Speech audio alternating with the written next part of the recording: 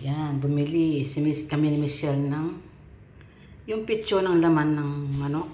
Puro laman, walang bones. Yan kasi kagabi, nung minsan nagluto siya ng pastel, chicken pastel. Talagang nagustuhan ko, ang sarap. Kaya sabi ko, bili tayo uli. Bumili siya ng 3 na marami to. Kasi nung minsan 2 lang ang binili niya, pero ito 3. Ang sarap talaga ng mamaya. Ipakulo ko muna, then imay-himayin ko. Then i-prepare ko lang siyang magluluto. Palambutan ko muna. Pakukuluin ko muna itong chicken breast. Pag malambot na siya, siyempre una, pakuluin ko, then hugasin ko muna siya. Then after that, palambutin ko sila. Pag malambot na siya, imay-himayin ko na siya.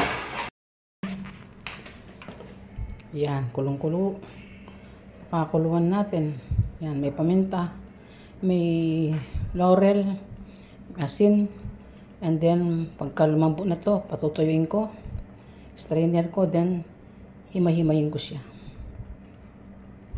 Takpan uli. Ito, napakulo ko na ang chicken. Puro pitso ng manok. Dami ito.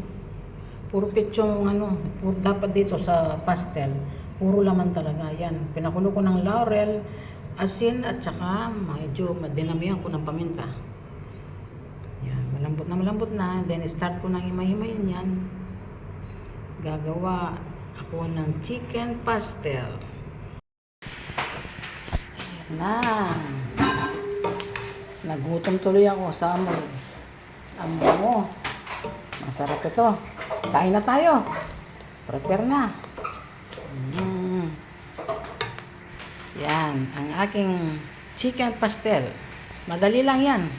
Ang pagluto nito, madali. Basta palambutin lang. Tulad ng ginawa ko sa una. Then, yan. Pag nahimay na, ginisa ko na. Ito na. Luto na. Luto na ang aking chicken pastel. Wala na pala. Ang sarap kasi. Kaya, yan, nagustuhan nila. Kain na. Kain na. Ito na ang chicken pastel. Masarap. Yan. Tapos may salada. Kain na tayo. Ang sarap-sarap.